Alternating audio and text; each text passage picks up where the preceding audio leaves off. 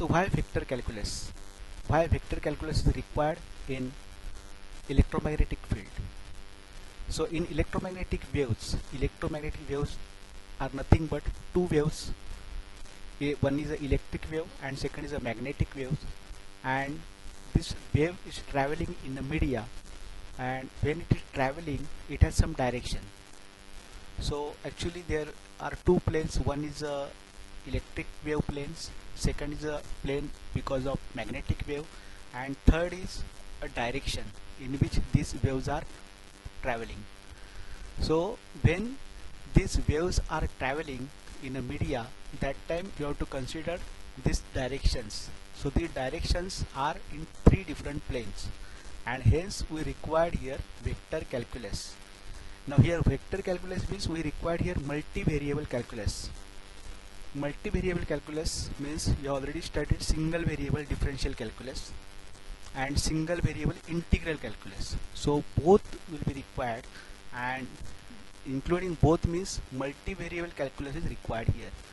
Now when a wave is traveling, that time it is changing with respect to time as well as it is changing with respect to space. So it is a function of space as well as time. So electric wave, magnetic waves, and the direction of traveling, direction of propagating in the media, that is considered, and that is also with respect to time as well as with respect to space. Hence we require here multivariable calculus. So calculus in three-dimensional is the need while studying electromagnetic waves. Electromagnetic waves equation, if you check, all these equations are written by Maxwell's, and these equations are also called as Maxwell's equation. And if you go through the equation, then you will find that there is a special derivative terms, that is deba y by deba e by deba x, or with respect to y deba e by deba y, or if it is magnetic waves, then deba h by deba x, deba y, and deba z also. So it is a three-dimensional.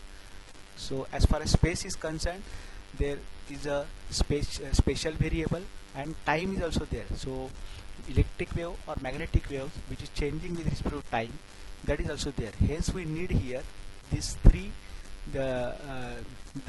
these equations, what is called Maxwell's equation, and hence we required vector calculus. So in the last slide we have seen the importance of vector calculus in electromagnetic field. Now when you start vector calculus, some of the points you should know, and it is assumed that you know all these things because you have already studied. First, the vector addition and subtraction, and second, representation of vectors in different coordinate systems like Cartesian coordinate system, spherical coordinate system, and cylindrical coordinate system. So how to represent the vector, we have already seen some of the part in last presentation. Analytical geometry also you should know, how to represent lines, how to represent planes. Vector identities you should know. Different laws associated with scalar and vector fields like associative law, commutative law, multiplication by scalar parameter if you want to multiply by a vector, then how to multiply. Some of the theorems like triangle midpoint theorem. What is triangle and midpoint theorem? In some theorems you have already proved, so which may required in electromagnetic theory. So this triangle midpoint theorem says that the segment which is joining the midpoint of two sides of triangle. So any two sides of a triangle if you consider, and if you join the midpoints of the two sides of a triangle, then that segment is parallel to the third side. And what about the length? Length will be half of its third side length. So this is the triangle theorem. One more thing you should know, that is the position vector. How to find position vector and where it is required, where position vector is required. So we 2 points are there in the space, then and if you want to find the force between the 2 points, then you should know the position vectors. So position vectors with respect to suppose let us say from reference is a 0 0. So from origin, if you take a origin as a reference, and if you find the position vectors, and from that position vectors you should be able to find the displacement vectors, and that displacement vector will give the force between the two. Also you should know dot product, vector product, and important mathematical topic which is important from gate point of view. Generally sometimes question comes in the gate exam in mathematics module, that is matrix inverse. So in electromagnetic, matrix inverse is not in detail, but at least you should know that when you will get inverse of the matrix. So inverse of the matrix is possible when determinant of that matrix is not 0. So when determinant is not 0, you should be able to inverse the matrix. In electromagnetic field, generally we require to find the inverse of the matrix which is orthogonal matrix. So you should know what is orthogonal matrix. So any matrix when you write, let us say there is a 2 by 2 matrix. So 2 by 2 matrix, then if suppose cos theta and sin theta are in the first row, it is a 2 by 2 matrix, and first term is cos theta and second term in the first row is sin theta, and in the second row there is a minus sin theta, and second term in the second row is cos theta. Then you will you can let us say take a row, first row, and find a vector. Now when you find a vector, you will get cos theta I plus j sin theta, and the second row if you multiply by I and j, and if you find a vector, you will get minus sin theta I plus cos theta j, and if you find the dot product, you will get 0. So cos theta sin theta minus cos theta sin theta, so you will get 0 answer. Also if you take column, first column, and find the vector, again if you find a dot product using the first column and second column of the 2 by 2 matrix with the same term, you will get a 0. So when whether you consider a row or a column, and if you find a vector and dot product is 0, then, and also if you find the magnitude, you will get 1. Cos square theta plus sin square theta is equal to 1. So you are getting. So that type of matrix is called orthogonal matrix. So that type of matrix you will get in electromagnetic field, because generally electromagnetic field means electric field and magnetic field, and we are considering that electric field and magnetic fields are orthogonal, means they are displaced by 90 degrees. So there is a angle between them is 90 degree, and they are in different planes. One is the xy plane, then second maybe in xz plane, like that. So planes are also orthogonal. So like that, if you will get orthogonal matrix in electromagnetic field, and how to find the inverse of that matrix, inverse of the orthogonal matrix. So it is a simple when it is orthogonal matrix.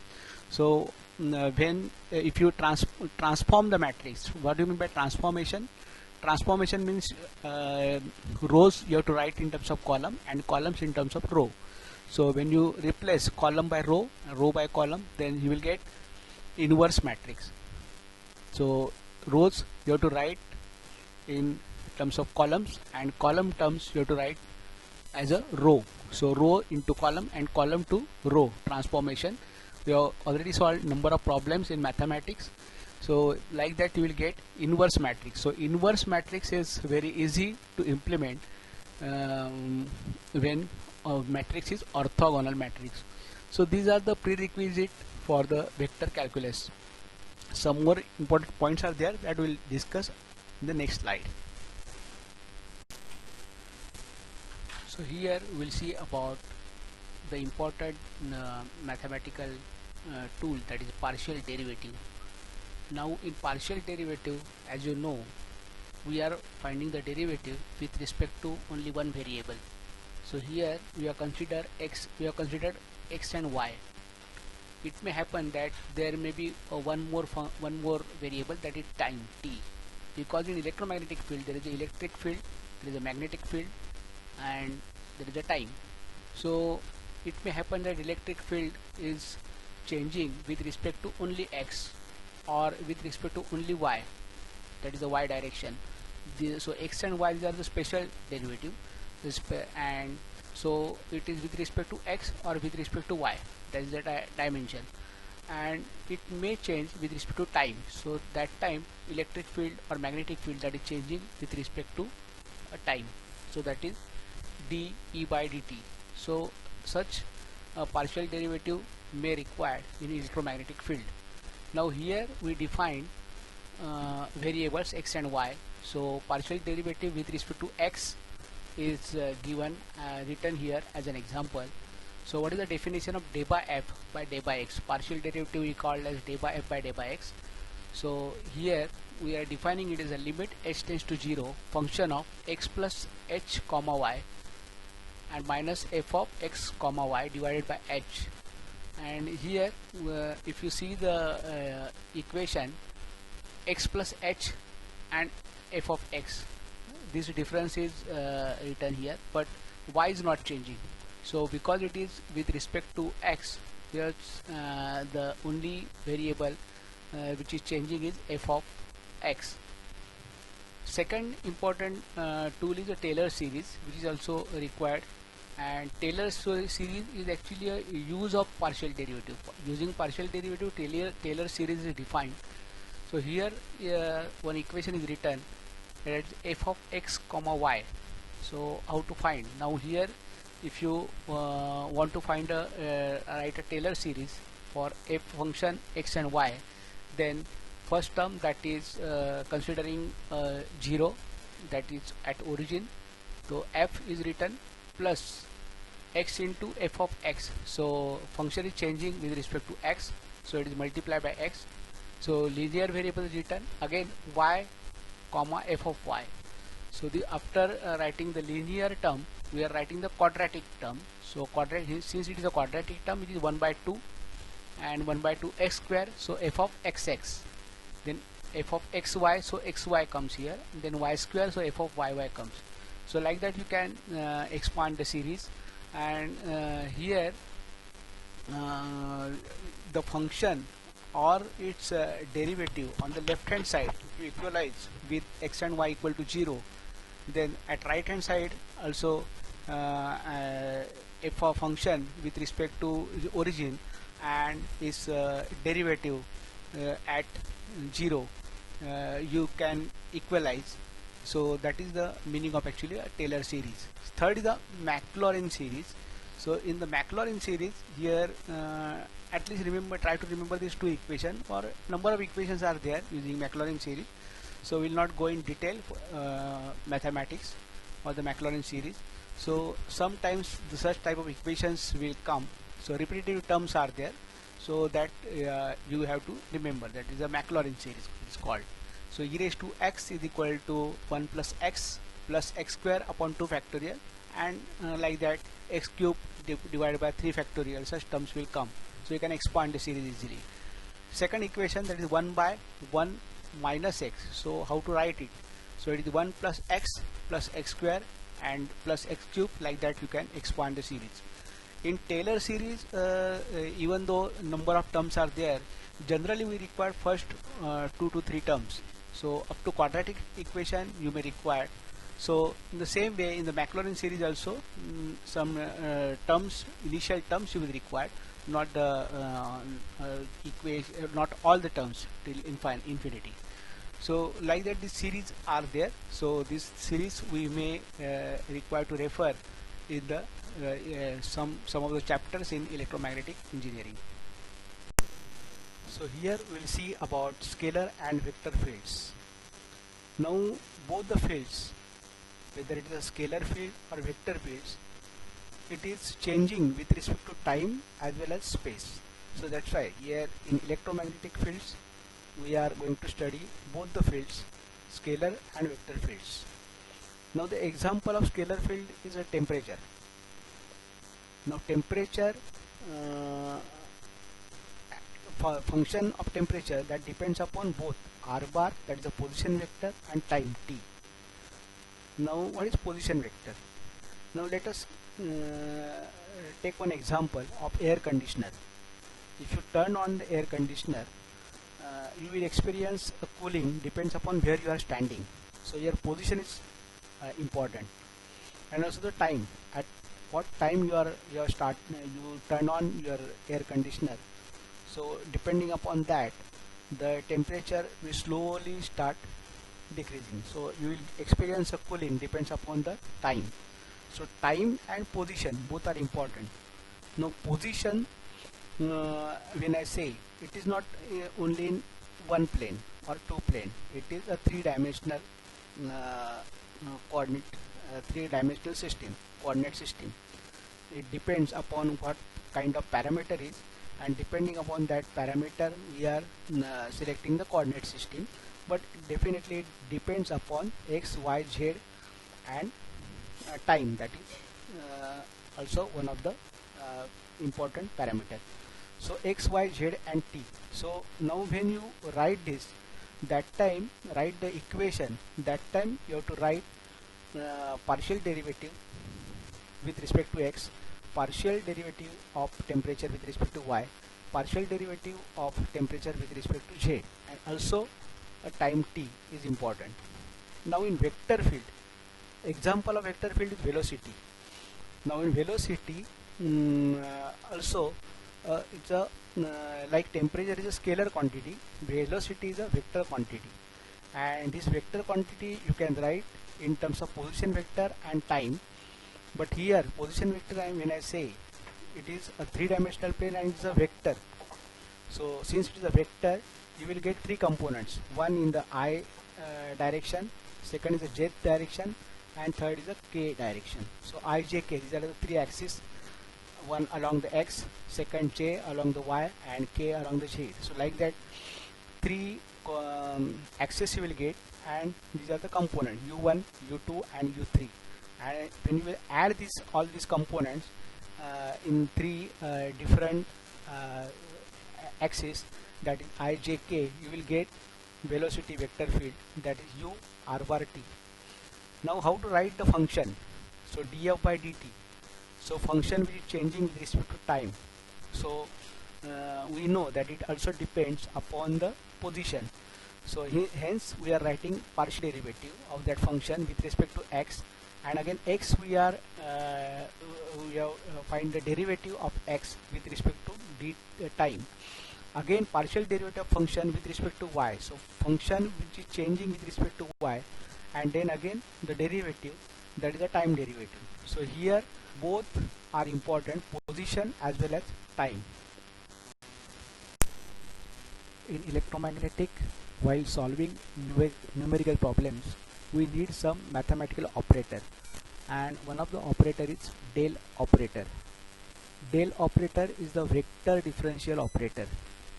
So here since it is a special operator, means it is related with respect to the x, y, z coordinates. So we have to define it in according to the coordinate system. So here I have written mathematical equation when we define del operator in terms of in Cartesian coordinate system.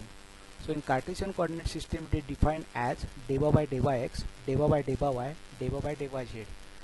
Here ax, ay, az, these are the unit vectors. Now this using this del operator we can define some few terms like the gradient of a scalar. Now how to write gradient of a scalar, that you should always remember. The gradient of a scalar is written as gradient of v, because generally we define scalar potential as v. So gradient of a scalar means gradient of v, and it is written without any space in between del operator and v function. While writing divergence of a vector, we have to write a dot product. So del dot a. So a generally we define as a vector. So we define v as a scalar and a as a vector. So divergence of vector is written like a dot product del dot A. The curl of a vector is written like this. So curl of A is a vector. Again the Laplacian. So Laplacian of a scalar. So since it is a scalar, we define it by V, and it is written as del square V.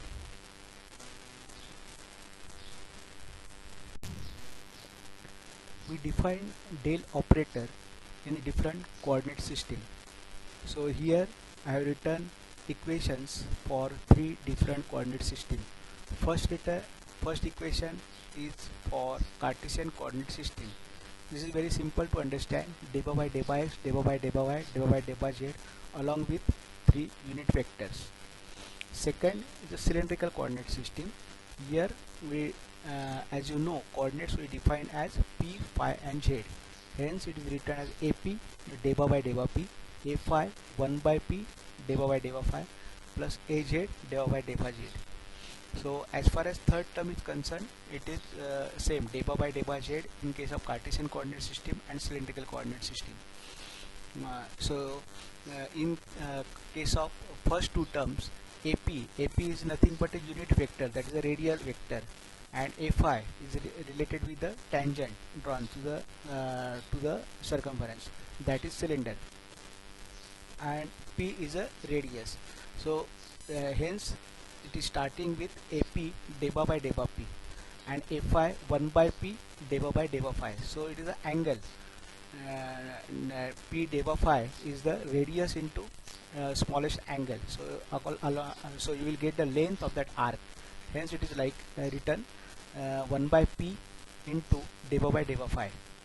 In the third equation, the same way it is written ar into deva by deva r. Here instead of p we are writing r. So as far as coordinates are concerned, it is written as r, theta and phi. So ar is a unit vector, deva by deva r, a theta, that is a unit vector, into 1 by r deva by deva theta, and a phi and 1 by r sin theta deva by deva phi. So this is the equation in spherical coordinate system. Now if you observe these three equations, you will find that in the first equation unit vectors are written after the operators, that is deva by deva x is the operator.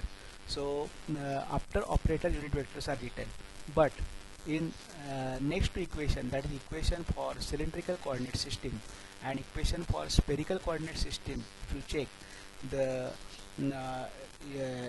unit vectors are written before the operators, that is deva by deva r, deva by deva theta and deva by deva phi. These are the operators. Before that these unit vectors are written. Why it is like that? Because these unit vectors depends on the angle, that is angle is here theta and phi, hence it is written before the operator. So here we will define gradient of a scalar. As you know, scalar function we generally denoted by letter V, capital V, and gradient of V, that is shown by del V. Now here three functions are plotted. One is a V1, second is V2 and third is V3. Point P1 and P2 are shown here. So first try to understand what you mean by gradient. So gradient of a scalar field V is a vector. So when you find a gradient, then you will get a gradient of a scalar, you will get a vector. Now that vector has both magnitude and the direction.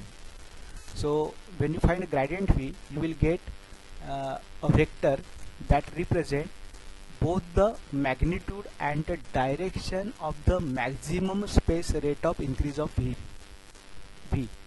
So you will not only get a magnitude and direction, but you will get a maximum space rate of increase of V. So G is specified here. So along G you will get maximum space rate of increase of V, and the magnitude of gradient V equals the maximum rate of change in V per unit distance.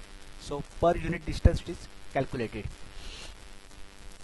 So hope you understood that it is at point P1 gradient of V is plotted. So since it is a gradient V, so it is always normal to the point P1. Second thing, gradient of V, when you calculate, you will get the magnitude as well as direction, and direction is in which maximum space rate of change in potential V is there. That distance, that means that vector you will get, and you will get the magnitude, and that magnitude is per unit magnitude you will be able to calculate. Now if suppose there are 2 points P1 and P2, it is shown in the diagram also that these 2 points are there, and suppose if you know the distance, so if you calculate dl along P1 P2, then g dot dl, that is the gradient vector, so gradient V dot dl along P1 and P2, that will give you directional derivative along P1 and P2. Hence gradient of V provides both the direction in which V changes most rapidly and the magnitude of the maximum directional derivative of V. So you will be able to find the magnitude, you will be able to find the direction in which maximum space rate of change in V, and that is per unit distance, that you can calculate. And second thing, you will be able to calculate a directional derivative. Suppose 2 points are given, then g dot cos theta, g dot vector along that 2 points, that is P1 and P2. So if you find a dot product, you will get a directional derivative. So these two things are possible to calculate using gradient of scalar. So try to solve these 3 problems. So after solving these problems, you will come to know how to use gradient and what is the application, what is the meaning of gradient. So here if you observe these 3 problems properly, you will come to know that in the first problem x and y coordinates are there. So and in the second problem coordinates are p, phi and z, and in the third problem coordinates are r, theta and phi. So you'll be able to differentiate these 3 problems. What is the meaning of it? So first problem is for Cartesian coordinate system. So x, y, z are there. Second problem is for p, phi, z, so cylindrical coordinate system. And third problem is for r, theta, phi, so spherical coordinate system. So these 3 different coordinate systems are there. So if you want to solve these problems, you have to implement the equations accordingly. So if it is Cartesian coordinate system, then in the solution first equation is written. For the second problem, it is a cylindrical coordinate system, so second equation, the solution you have to use, and for the third problem, third equation that you have to use. So accordingly you have to solve. And what is the gradient? Gradient is maximum change at that particular distance. We will be able to find out.